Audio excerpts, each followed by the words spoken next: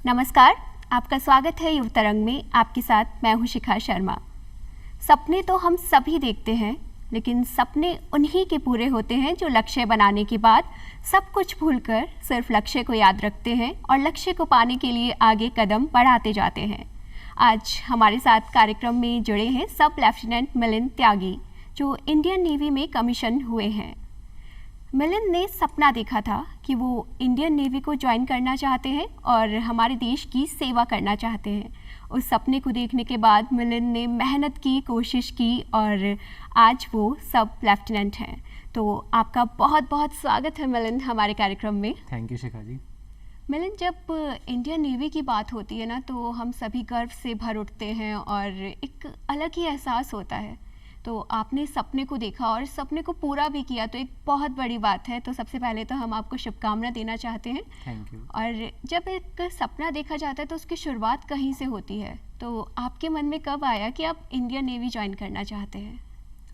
Actually ऐसा था कि बचपन से ही जब मैं स्कूल में था और एक टाइम होता है जब टीचर्स आपसे पूछते हैं कि तुम बड़े होकर क्या बनना चाहते हो, बड़े होकर क्या बनना चाहते हो। तो उस टाइम कोई थोड़ा डॉक्टर, इंजीनियर या फिर कुछ तो ऐसे थे जो अपने फैमिली बिजनेस के लिए कहते थे मैं वही कंटिन्यू करूँगा। उस टाइम से मेरा यही था कि मेरे को कुछ आइडिया था नहीं फ़ौज के बारे में। मैं बस ये बोलता था कि मुझे आर्मी में जाना है, आर्मी में जाना है। इवन मुझे मिलिट्री में किस तरीके से क्या चीज़ें होती हैं मैं किसी का आइडिया नहीं था। बस मुझे काफ़ी फैसिनेशन था उस ब्रांच का। तो मैंने कहा मुझे फ़ौज में जाना है। तो उस टाइम से टीचर ऐसे कहते थे कि एक ही लड़का है जिसका हमने सुना है कि आर्मी आर्मी बोलता है, वरना आज के टाइम में पब्लिक स्कूल में कोई ऐसा ज़्यादा मिलता है नहीं। तो उसके बाद फिर जब मैं 10th में पहुंचा था तो 9th और 10th में मेरे को मेरे एक स्कूल के सर मिले थे। उनका नाम था श्रीराम सर। तो उनके दोनों बेटे एनडीए से पास आउट थे, जो कि नेशनल डिफेंस एकेडमी पुणे में स्थापित है। और उन्होंने मुझे यही बताया कि अगर तुम्हें सही में फ़ौज में जाना है, क्योंकि मेरी उनसे इससे जुड़ी बातें हुई थी और वो हमारे मैथ्स भी हमको वही पढ़ाते थे। तो मेरी मैथ्स हमेशा से अच्छी रही थी उनके अंडर। तो उन्होंने कहा अगर तुम्हें जाना है तो तुम एनडीए के थ्रू क्यों नहीं कोशिश करते हो। ये वो एक टर्निंग पॉइंट था जब मैंने एनडीए के बारे में जानना चालू किया था कि एनडीए क्या है, इस एकेडमी में अंदर कैसा रहता है। मैं यूट्यूब पे देखता था और जैसे जैसे मैं उसके अंदर घुसता गया तो मुझे रियलाइज़ हुआ कि बहुत ही मतलब प्यारी जगह है। ऑल्दो बाद में अंदर जाने के बाद क्या क्या हुआ ये तो मैं अभी बाद में शायद बताऊँ आपको। पर बाहर से काफ़ी अच्छी लगती थी एकेडमी की। एक सुनने को मिलता था कि एक नॉर्मल कॉलेज है, स्कूल आपको 250-300 एकड़ में मिलेगा फैला हुआ, तो हमको काफ़ी बड़ा लगता था। लेकिन जब मैं पढ़ता था कि एनडीए एक ऐसी जगह है जो 7000 एकड़ में फैली हुई है, तो ऐसा लगता था कि क्या क्या ही होता होगा वहाँ पे। हॉर्स राइडिंग है, स्विमिंग है, ऐसी बहुत सी चीज़ें जो मैंने कभी अपने नॉर्मल स्कूल में नहीं कर पाया था। मैं अवेलेबल थी नहीं उस टाइम पर अब मेरे को ये था कि अब यहाँ पे जाके सब करने को मिलेगा मुझे, और साथ में पढ़ाई तो है ही। तो फिर मेरा ये हो गया था कि मैं स्पेसिफिक हो गया था, कॉलेज स्पेसिफिक, कि मेरे को जाना है तो इसी इंस्टीट्यूशन में जाना है। और उसी के रिगार्डिंग मैंने पढ़ाई चालू करी। और यही वो टाइम था जब मेरा नेवी के अंदर ज़्यादा इंटरेस्ट बढ़ा कि नेवी काफ़ी अच्छी सर्विस है और लाइक मुझे ट्रैवल करना काफ़ी पसंद था हमेशा से। तो मुझे ये भी था कि नेवी के थ्रू हम कहते हैं कि join the navy and see the world. तो ये टाइम मैंने था कि नेवी ज्वाइन करूँगा, बाहर की कंट्रीज़ में भी जाने को मिलेगा, घूमने को मिलेगा। तो मैंने कहा अगर इतना अच्छा कलेक्टिव पैकेज आपको मिल रहा है तो क्यों इसको ठकराया जाए। तो मैंने उसी के लिए प्रिपेयर किया अकॉर्डिंगली। और फाइनली ऐसा था कि मैंने 2 साल 12th में, जब 11th-12th में था, तो मैंने अपने मैथ्स, फिजिक्स, केमिस्ट्री इन पे काफ़ी ध्यान दिया था। ऑल्दो मैंने कोई कोचिंग नहीं ली थी इनके लिए, पर मैं स्कूल में काफ़ी अच्छे से हमको पढ़ाया जाता था। मैं अपने सर से लगातार कोई भी डाउट होता तो क्लियर करता था टाइम टू टाइम। और फाइनली एनडीए के लिए मैंने जब टाइम आया तो 2-3 हफ्ते पहले मैं एक बुक थी एनडीए की, पाथफाइंडर नाम की बुक आती है। वो काफ़ी मोटी बुक है जिसमें सारे सब्जेक्ट्स कवर होते हैं। मैंने ये था कि उसको प्रॉपर्ली मैं रोज़ बैठ के उसमें कुछ सब्जेक्ट्स रोज़ कवर करता था, कुछ टॉपिक्स कवर करके टिक करता रहता था, और थोड़ा प्लान तरीके से मैंने तैयारी करी थी। और फाइनली मेरा अनफॉर्चुनेटली इतना करने के बाद भी फर्स्ट अटैम्प्ट में उस टाइम रिटर्न पेपर मेरा क्लियर हो गया था। बट एक्चुअली में एक प्रोसेस होता है, आप रिटर्न पेपर क्लियर करते हैं, फिर आपको एक एसएसबी इंटरव्यू के लिए बुलाया जाता है। तो उसके लिए मेरे को बुलाया गया था। उसके बाद अगर आप वो भी क्लियर कर लेते हैं, आपको मेडिकल टेस्ट होंगे 5-6 दिन के। अगर आप वो भी क्लियर कर लेते हैं तो फिर एक फाइनली मेरिट लिस्ट आएगी। अगर उसके अंदर आपका नाम होता है, इसका मतलब आप अकेडमी जा रहे हैं। तो मेरा एसएसबी जो था उसमें मैं लास्ट डे कॉन्फ्रेंस आउट हो गया था फर्स्ट अटेम्प्ट में। तो थोड़ा मुश्किल था ये चीज़ डाइजेस्ट कर पाना कि क्या गलती रह गई। खुद को सेल्फ एनालाइज किया मैंने। But at the same time मेरे दिमाग में ये भी था कि एक बैक ऑफ द माइंड मैंने प्लान बी भी रखा था। तो मैंने कॉलेज जयपुर में ज्वाइन कर लिया था, बट प्रिपेयर मैं एनडीए के लिए कर रहा था क्योंकि अभी मेरी एज थी कि मैं एक और अटेम्प्ट दे सकता हूँ।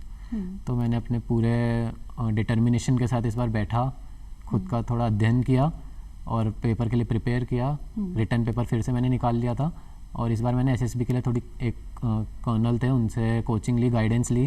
उन्होंने काफ़ी सपोर्ट किया। उन्होंने बताया कि पूछा कि क्या तुमने गलत किया था, उन्होंने मेरे को बताया कि ये तुमने ऐसे ऐसे गलत किया था, इसको इम्प्रूव कर सकते हो। और लकी था कि इस बार सेकंड टाइम सब सही हुआ, सेलेक्ट हो गया। मेडिकली भी मैं मेडिकली फ़िट निकला हर चीज़ में। और फिर फाइनली मेरिट आई तो मेरी ऑल इंडिया 71 रैंक थी। एंड इस तरीके से ही फाइनली कंप्लीट करके मैंने एनडीए ज्वाइन किया। तो मिलिंद, आपकी जब सारी बातें सुनते हैं तो सबसे अच्छी बात तो ये कि आपका जो इंटरेस्ट था उससे आप जुड़े, आपको घूमना पसंद था तो आपने नेवी को चुना। हम जो भी काम करते हैं अगर उसे खुशी से करें और जो हमारी इच्छा होती है तो बहुत अच्छा होता है। तो आप देश की सेवा भी करना चाहते थे और देश दुनिया को देखना भी चाहते थे, दोनों काम हो गए। ये बहुत अच्छी बात है जो हमारे युवा आपसे सीखेंगे। इसके बाद हमने ये भी देखा, आपने बताया कि जब पहला अटैम्प्ट आप क्लियर नहीं कर पाए तो आपने अपनी कमियां ढूंढी और उसके बाद आपने दूसरा अटैम्प्ट दिया। इन सारी बातों में जब रिटर्न की बात आती है ना तो आपने दोनों बारों से क्लियर किया। तो अब जो हमारे युवा साथी देख रहे हैं उनकी भी ये आशा होगी कि उन्हें टिप्स मिल जाएं आपसे कि कैसे रिटर्न को क्लियर कर सकते हैं। देखिए, इसमें मैं यही कहूँगा आपको कि अगर आपको एनडीए का रिटर्न पेपर क्लियर करना है तो आपको, क्योंकि ये पेपर 2 भागों में होता है। पहला भाग है जिसमें आपको सिर्फ 300 मार्क्स का सिर्फ आपको मैथ्स के क्वेश्चन आएंगे। तो उसमें उस पेपर में अगर आपकी मैथ्स अच्छी भी है तो आप हो सकता है उसे क्लियर ना कर पाएँ। इसका रीज़न क्या है कि आपकी मैथ्स तो अच्छी है पर आप वो स्पीड के साथ क्वेश्चंस को अटेम्प्ट नहीं कर पा रहे होंगे। तो आपको क्या करना है कि बैठना है और पेपर, अगर आपकी मैथ अच्छी नहीं है तो आप कहीं जाइए, कोचिंग लीजिए कि कैसे शॉर्टकट तरीके से क्वेश्चंस को सॉल्व किया जाता है, जल्दी जल्दी किया जाता है। और उसके बाद पूरे पेपर की 1-2 बार प्रैक्टिस करिए। अगर आप 120 क्वेश्चनों में से कम 100 क्वेश्चन अटेम्प्ट कर पा रहे हैं तो आप उम्मीद कर सकते हैं कि आप उस पेपर को क्लियर करेंगे। अगर आप 80-90 क्वेश्चन कर पा रहे हैं तो आपके थोड़े चांसेस हैं, लेकिन उससे पीछे अगर आप अटेम्प्ट कर रहे हैं तो आप भूल जाइए कि आप वो रिटर्न पेपर क्लियर कर पाएंगे। ठीक है, तो आपको उस हिसाब से प्रैक्टिस करनी है। और इसके बाद जो दूसरा पेपर होता है, आपको 2 घंटे का कुछ ब्रेक मिलेगा और फिर आपका अगला पेपर होगा। उसमें आपकी सारी चीज़ें कवर होती हैं, इंग्लिश, जनरल अवेयरनेस, जीके, आपका फिज़िक्स, केमिस्ट्री, बायोलॉजी, हर चीज़ जो आप सोच सकते हैं, हिस्ट्री, सिविक्स जो आपके स्कूल में आपने पढ़ी है। पर इसका लेवल केवल आपके स्कूल लेवल तक ही होगा, 10th तक आपने जो पढ़ा है। तो अगर आप अभी से प्रिपेयर कर रहे हैं उसके लिए, तो अभी जो चीज़ें आप पढ़ रहे हैं उनमें ये रखिए कि फैक्ट्स और फिगर्स को अपने इस तरीके से पढ़िए कि वो याद रहें, आपको इंटरेस्ट के साथ पढ़िए, ताकि ये चीज़ आपको परेशानी नहीं है। आगे आप अपने केवल इंग्लिश और मैथ्स की प्रिपरेशन कर सकें और इन चीज़ों में ज़्यादा टाइम इन्वेस्ट ना करना पड़े आपको।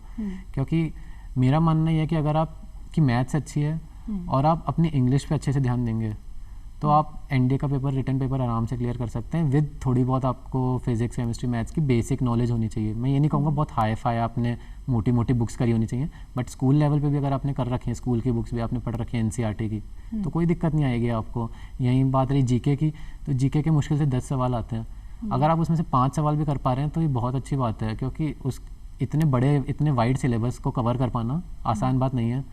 तो अगर आप उसमें से 10 में से 5 कैसे कवर होंगे, इसके लिए मैं ये कहूँगा अगर आप रोज़ न्यूज़ पेपर को डेप्थ में ना पढ़ के सिर्फ हेडलाइन भी पढ़ रहे हैं तो बहुत है। अगर आप सिर्फ हेडलाइन भी पढ़ रहे हैं तो आप बता सकते हैं कि ये चल रहा है, इस ट्रॉफी को अभी इसने जीता है, नडाल ने अभी एक ग्रैंड स्लैम जीता था। तो मैंने उसमें डेप्थ में नहीं पढ़ा कि उसमें किसको हराया, क्या हराया, बस ये पता है कि वो जीता था। तो क्वेश्चन यही इसी तरीके से आते हैं कि किसने जीता अभी लेटेस्ट। तो ये इसी तरीके से आप प्रिपेयर करेंगे तो कोई आपको नहीं रोक सकता इस पेपर को क्लियर करने से। तो ये सबसे कठिन एग्ज़ाम में से एक माना जाता है जो एनडीए का एग्ज़ाम है, लेकिन आप जितने टिप्स हमें दे रहे हैं तो बहुत लगता है कि इजीली इसे क्लियर किया जाता है अगर हम लक्ष्य की ओर ध्यान दें और शुरुआत से इस और लग जाए। जैसे आपने फोकस किया कि आप एनडीए ज्वाइन करना चाहते हैं और इसके लिए आपने मेहनत की और उसे किया और अब इतनी अच्छी अच्छी बातें आप हमें बता रहे हैं। इसके बाद बात आती है इंटरव्यू की, तो आपने 2 बार इंटरव्यू दिए, तो कैसे अनुभव रहे और किन बातों का ध्यान रखना होता है?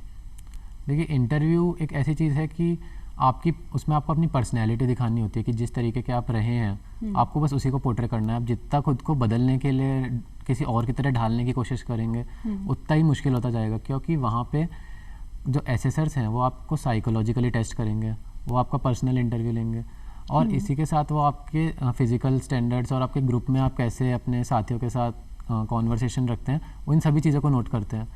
तो अगर आप कुछ और बनने की कोशिश करेंगे तो आप फंस जाएंगे, क्योंकि एक पर्सन को लगेगा कि आप इस तरीके से हैं और वहीं साइकोलॉजिकल ऑफिसर को लगेगा कि आप कुछ और बनने की दिखा रहे हैं। तो जहाँ ये होता है कि आप हो सकता है उसके लिए अच्छे हों और इसके लिए भी अच्छे हों, दोनों ने आपको अच्छा कंसिडर किया है, लेकिन आपस में जब वो दोनों बैठ के बात करेंगे और वो दोनों चीज़ें जब मेल नहीं खाएंगी तो वो समझ जाएंगे कि ये मेरे सामने कुछ और बन रहा था और इसने जो लिखा है साइकोलॉजिकल क्वेश्चंस में हमने वो कुछ और है, और जहाँ ऐसा पॉइंट आ गया वो आपको बाहर कर देंगे। तो इसमें यही है कि आप जैसे हैं हर जगह वैसे ही बन के रहिए और अपने नेचुरल फॉर्म में रहिए, आपको कुछ बनने की ज़रूरत नहीं है। एसएसबी में ऐसा भी कहते हैं कि कुछ लोग मेरे से पूछते हैं कि सर आपकी इंग्लिश अच्छी होगी इसलिए आपको, जैसे जो थोड़े अपने रूरल बैकग्राउंड से आएंगे, तो मैं यही कहता हूँ एसएसबी में ऐसा कोई नहीं कहता है आपको, वो खुद कहते हैं कि अगर आप हिंदी में कंफर्टेबल आप हिंदी में बोलिए। रिटन पेपर तक आपको मैं कहूँगा इंग्लिश की प्रिपरेशन करिए, पर एसएसबी में आपको कुछ और बनने की ज़रूरत नहीं है।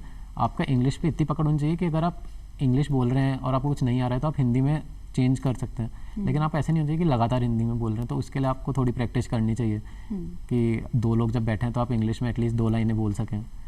साथ ही रही बात ग्रुप टास्क की, तो आपका ये होना चाहिए कि आप सबके साथ घुल मिल के रहें, वो लड़ाई वाला भाव आपके अंदर नहीं होना चाहिए, किसी को ऐसा नहीं होना चाहिए कि इसको नीचे दिखा दूँ, इसको नीचे कर दूंगा तो शायद मेरा सिलेक्शन हो जाए।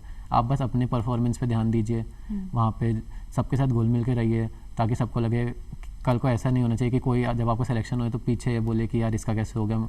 तो जब आपका सिलेक्शन हो तो हर बंदा ये होना चाहिए कि यार ये बंदा डिजर्व करता था, तो सबके साथ ऐसा भी बॉन्ड रखिए।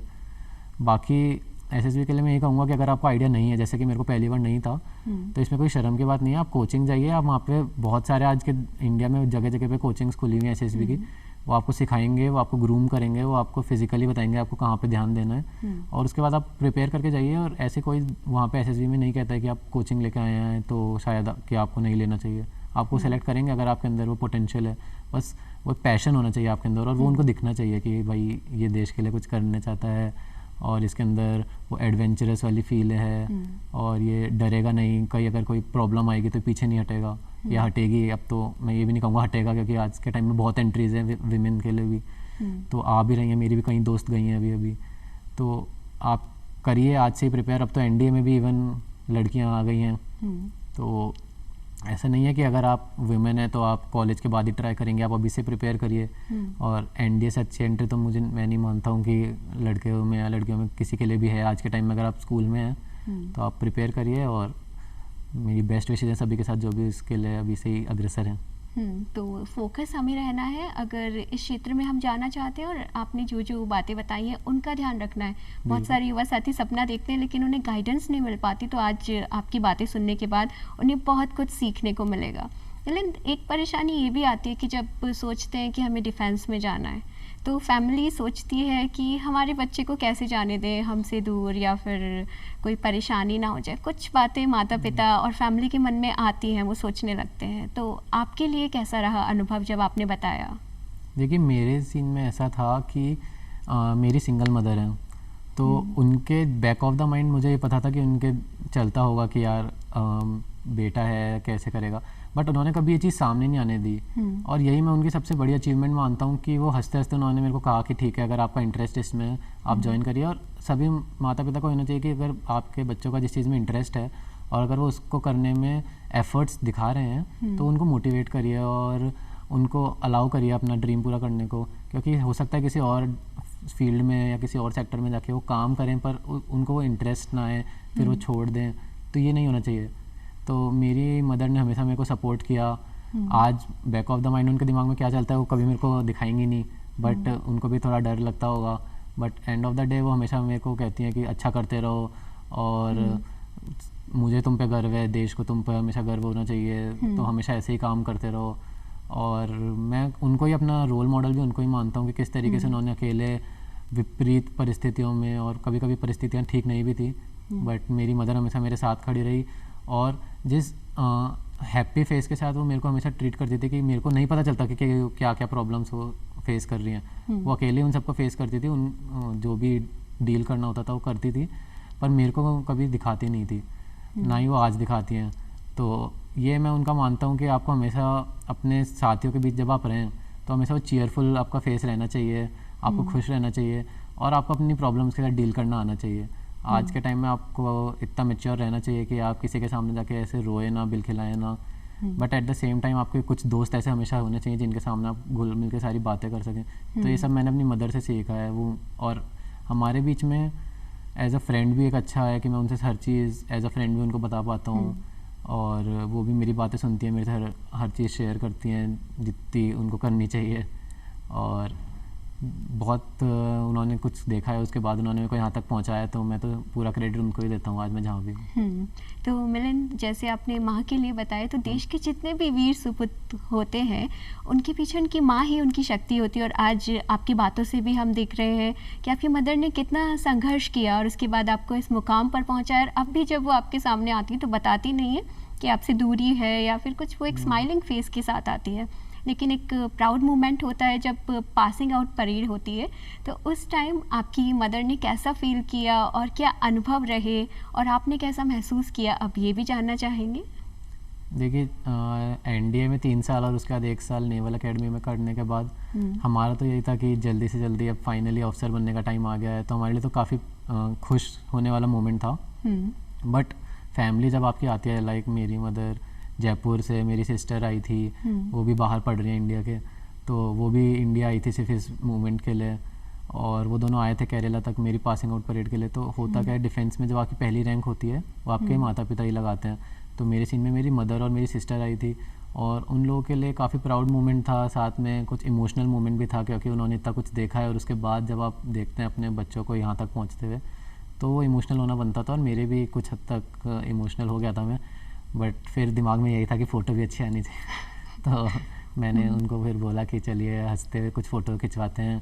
फिर हमने थोड़ी वहाँ पे फ़ोटो वगैरह खिंचवाई। साथ में मेरी पहली जो सब लेफ्टिनेंट की रैंक थी वो मेरी मदर और मेरी सिस्टर ने मेरे को लगाई। तो काफ़ी ज़्यादा मेरे लिए खुश होने वाला मोमेंट था। मेरे साथी भी सब खुश थे, और लेकिन पेरेंट्स, सभी पेरेंट्स की आंखों में जब वो प्राउड मोमेंट देख रहे थे हम, तो उस टाइम पे हमको ये फील होता था कि ये सब वर्थ इट था। मतलब इतनी जो स्कूल में जो हमने मेहनत करी, उसके बाद फिर एनडीए में जो रगड़ा हमने देखा, काफ़ी टाइम पे ऐसा आता था दिमाग में कि यार छोड़ देते हैं, क्योंकि मैं पब्लिक बैकग्राउंड से था, पब्लिक स्कूल से। तो मैंने सब ऐसा एनवायरनमेंट कभी देखा नहीं था। लाइक हमारे घर में तो सभी के सभी प्राइवेट इन जगह ही काम करते हैं, कोई गवर्नमेंट जॉब इस तरीके से किसी के अभी है नहीं। तो मेरा हमेशा से ये रहा था कि मैंने इतना हार्श कभी देखा नहीं था कि कितने हार्श आप जा सकते हैं। तो उस परिस्थितियों में कभी कभी ऐसा लगता था कि मैं शायद नहीं बनाऊँ इस चीज़ के लिए। बट उस मोमेंट पे कुछ साथी भी थे संभालने वाले, और कुछ खुद से भी मेंटली खुद को स्ट्रॉन्ग किया कि इससे अच्छी अपॉर्चुनिटी फिर नहीं मिलेगी। तो फिर वो जब 4 साल के बाद जब ये मोमेंट आया, और जब वो मदर के आंखों में वो प्राउड फील किया, जो सिस्टर मेरी बहुत खुश थी ये सब देख के, और तब मेरे को ऐसा लगा कि ठीक है, ये सब ऐसा व्यर्थ नहीं था जो भी मैंने किया। और हम लोग काफ़ी खुश थे, और उसके बाद हम लोग उसके बाद फिर केरला में हमने काफ़ी घूमा भी। तो ये ऐसा ही रहा, अच्छा था, ये काफ़ी प्राउड मोमेंट था। जी, तो आपकी मदर और सिस्टर की खुशी तो हम महसूस कर ही सकते हैं, क्योंकि जब हम आपके साथ बैठते हैं, आप जैसे युवाओं के साथ बैठते हैं, तो हम भी गौरवान्वित महसूस करते हैं। आपके साथ बैठना, बातें करना बहुत अच्छा महसूस होता है। आपने एनडीए की बात की, तो वहाँ के अनुभव कैसे थे? आपने वहाँ क्या क्या सीखा और किस तरह की ट्रेनिंग आपको मिली? एनडीए में एक्चुअली में 6 टर्म होते हैं। 6 टर्म को मैं आपको अगर बताऊं तो ये आपके कॉलेज के 6 सेमेस्टर्स की तरह ही होते हैं।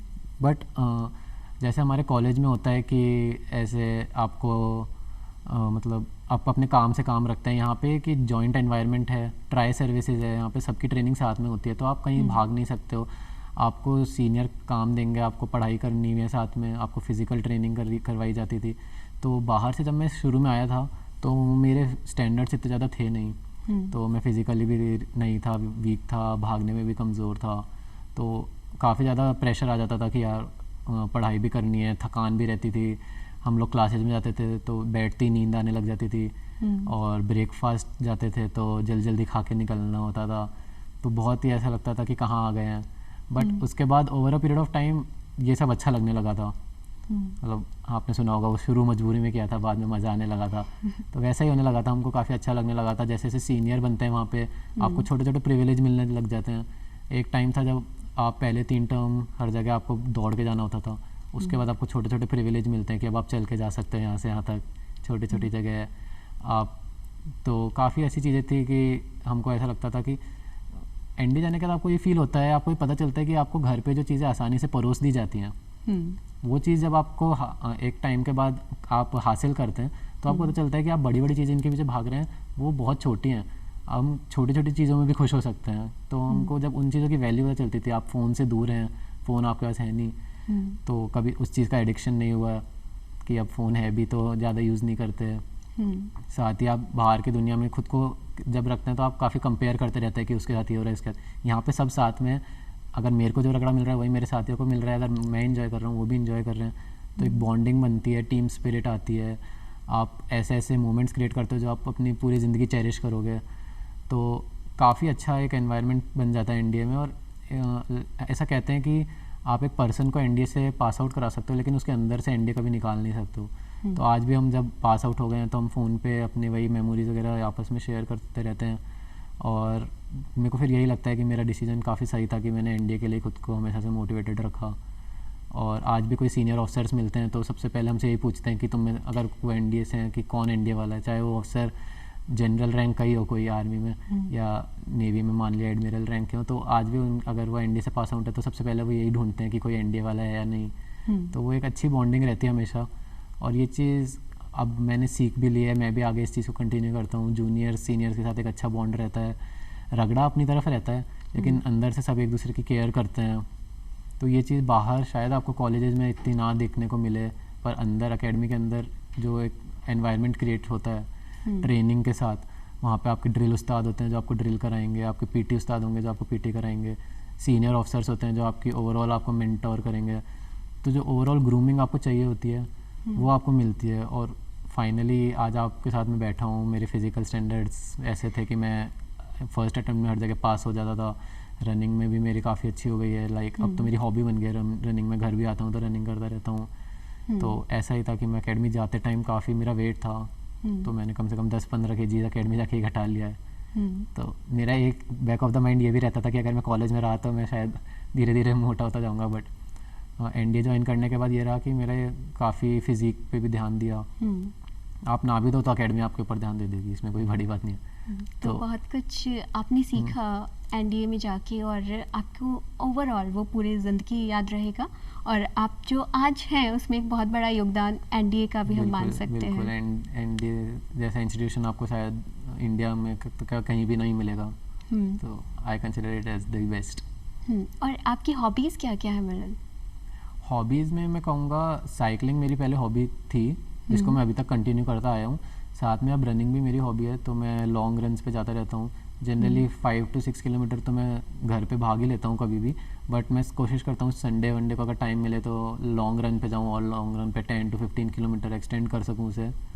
बाकी मेरे को गार्डनिंग का काफ़ी शौक है, तो मैं घर पे जब भी रहता हूँ तो मैं खुद को एंगेज रखता हूँ इन चीज़ों में। मेरे को ग्रीनरी पसंद है, लाइक फ्लावर से ज़्यादा मेरे को ग्रीनरी में ज़्यादा इंटरेस्ट है। तो मैं ग्रीन जो प्लांट्स रहते हैं वो घर पे हर जगह रखता हूँ। मैंने इवन अपने स्टेयर केस पे भी उनको अलग अलग छोटे छोटे फ्लावर सजा रखे हैं। तो मेरे को इस चीज़ में काफ़ी इंटरेस्ट रहा है हमेशा से। बाकी फ्री टाइम में मेरे को मूवीज़ या ये जो वेब सीरीज़ है मैं कभी कभी इनको स्क्रॉल करता हूँ। बाकी जैसा कि मैंने बताया फ़ोन उनका इतना शौक है नहीं, तो साइड में ही रहता है। तो यही है। बाकी साइकिलिंग और मैं कहूँगा रनिंग एक ऐसी चीज़ है जो आपको हमेशा लाइफ टाइम फिट भी रखेगी। तो आपको, मैं किसी को ये तो नहीं कहूँगा, फोर्स तो नहीं कहूँगा कि आपको करना ही चाहिए, बट इसमें आपको थोड़ा सा इंटरेस्ट हमेशा रहना चाहिए ओवरऑल ग्रूमिंग के लिए। बस तो इतना ही। मिलिंद, आपने हमें इतनी सारी अच्छी अच्छी बातें बताई हैं। अब हमारे युवा साथी सोच रहे होंगे कि मिलिंद से हम जाने कि कैसे सक्सेस प्राप्त की जाए। तो अब जब हमारे पास समय थोड़ा सा कम बचा है तो हम जो युवा साथी आपसे जानना चाहते हैं सक्सेस के टिप्स, आप उन्हें क्या संदेश देंगे? देखिए, मैं यही कहूँगा कि आपका जिस चीज़ में इंटरेस्ट है आपको मेनली उस पर फोकस करना चाहिए, but at the same time आपके पास एक 5 to 10% एक प्लान भी रहना चाहिए और उसके हिसाब से आपको प्रिपरेशन करनी चाहिए। अगर मान लीजिए आज आपके एनडीए नहीं भी निकलता तो आपके अंदर वो पैशन ख़त्म नहीं होना चाहिए कि मेरे से नहीं निकलेगा, मैं फ़ौज के लिए नहीं बनाऊँ। फ़ौज ने आज के टाइम में इतनी एंट्रीज दे रखी हैं आपको कि आप कॉलेज के बाद भी ट्राई कर सकते हैं। आप कॉलेज में एनसीसी ज्वाइन करिए, एनसीसी के थ्रू दे सकते हैं। एफकैट का पेपर होता है, सीडीएस का पेपर होता है। तो अगर आपके अंदर पैशन है तो आप ज़रूर कर लेंगे, चाहे आप 1 अटैम्प्ट में ना कर पाएँ, आप 5 में करेंगे। 5 नहीं तो मेरे ऐसे भी दोस्त हैं जो 10-10 अटैम्प्ट करके निकले हैं एसएसबी के। तो वही चीज़ है, अगर आपके अंदर पैशन है, आप फोकस्ड हैं कि मुझे देश की सेवा करनी है, साथ में एक एडवेंचरस लाइफ जीनी है और आपको एक जेंटलमैन की तरह जीना है, जो कि लोग काफ़ी इंस्पायर होते हैं इस चीज़ से कि ऑफिसर लाइक है, ऑफिसर लाइक क्वालिटीज़ आपके अंदर होनी चाहिए। तो अगर आपको वैसा एक रोल मॉडल टाइप की एक लाइफ जीनी है, हो सकता है आप इतना आज के टाइम में तो ऐसा भी नहीं कहूँगा कि मैं डिफेंस में कि आपको अर्निंग इतनी नहीं है, आप काफ़ी अच्छे अलाउंसेस मिल रहे हैं, तो मैं ये कहूँगा कि आप अगर डिफेंस में जाने के लिए हैं तो आपके अंदर वो पैशन होना चाहिए। But at the same time अगर मैं बाहर आप बीटेक कर रहे हैं, कुछ और कर रहे हैं, तो उसमें भी होना चाहिए कि आप अपने इंटरेस्ट के हिसाब से अपना सेलेक्ट करिए, आपको कौन सी ब्रांच में, अगर आपको कंप्यूटर्स में इंटरेस्ट है तो CSE IT लीजिए, अगर आपको सॉफ्टवेयर हार्डवेयर में थोड़ा है तो आप ये इलेक्ट्रिकल इलेक्ट्रॉनिक्स लीजिए। तो आप जिस चीज़ में इंटरेस्ट आपका बढ़ रहा है उस चीज़ में ही हमेशा फोकस्ड रहिए। और साथ में पेरेंट्स का काफ़ी इंपॉर्टेंट रोल रहता है। अगर आप इंटरेक्ट नहीं करेंगे अपने बच्चों के साथ तो आप जान नहीं पाएंगे, और आप वो जो पीढ़ियों से चला आ रहा है कि डॉक्टर ही डॉक्टर हैं तो आप डॉक्टर पे उनको फोकस या इंजीनियर पे करा देंगे, तो इवन दो वो बंदा उस चीज़ को अच्छे से कर भी रहा है उसमें वो इन्जॉय नहीं कर पाएगा, फिर उसका कोई मतलब रहता नहीं है। तो यही कहूँगा मैं कि ये मैं हमेशा से अपने कमरे में भी लगा के रखता था थोड़े पोस्टर वोस्टर, खुद को सेल्फ मोटिवेट करते रहना चाहिए कि पैशन ग्रिट आपके अंदर ये बहुत इंपॉर्टेंट चीज़ है। अगर आप डिटरमिन्ड हैं कि मेरे को इस चीज़ में जाना है तो आपको दुनिया की कोई ताकत नहीं रोक सकती जाने से। बहुत ही अच्छी बात बताई आपने कि अगर आपने अपना लक्ष्य बना लिया है, ठान लिया है कि आपको किस क्षेत्र में जाना है और उसे लेकर आपने संकल्प लिया है, उसके लिए काम कर रहे हैं, तो फिर कोई भी ताकत आपको नहीं रोक सकती है। बस आपको प्रयास करते रहना है, हार नहीं माननी है। आज हमारे साथ जुड़े सब लेफ्टिनेंट मिलिंद त्यागी और इतनी अच्छी जानकारी आपने हमें दी, अपनी लाइफ के बारे में हमें बताया, और युवा साथी कैसे डिफेंस को ज्वाइन कर सकते हैं और देश की सेवा कर सकते हैं, ये भी आपने हमें बताया। आप हमारे साथ आए, इसके लिए आपका बहुत बहुत धन्यवाद। आज के लिए कार्यक्रम में बस इतना ही, हमें दीजिए अनुमति। नमस्कार।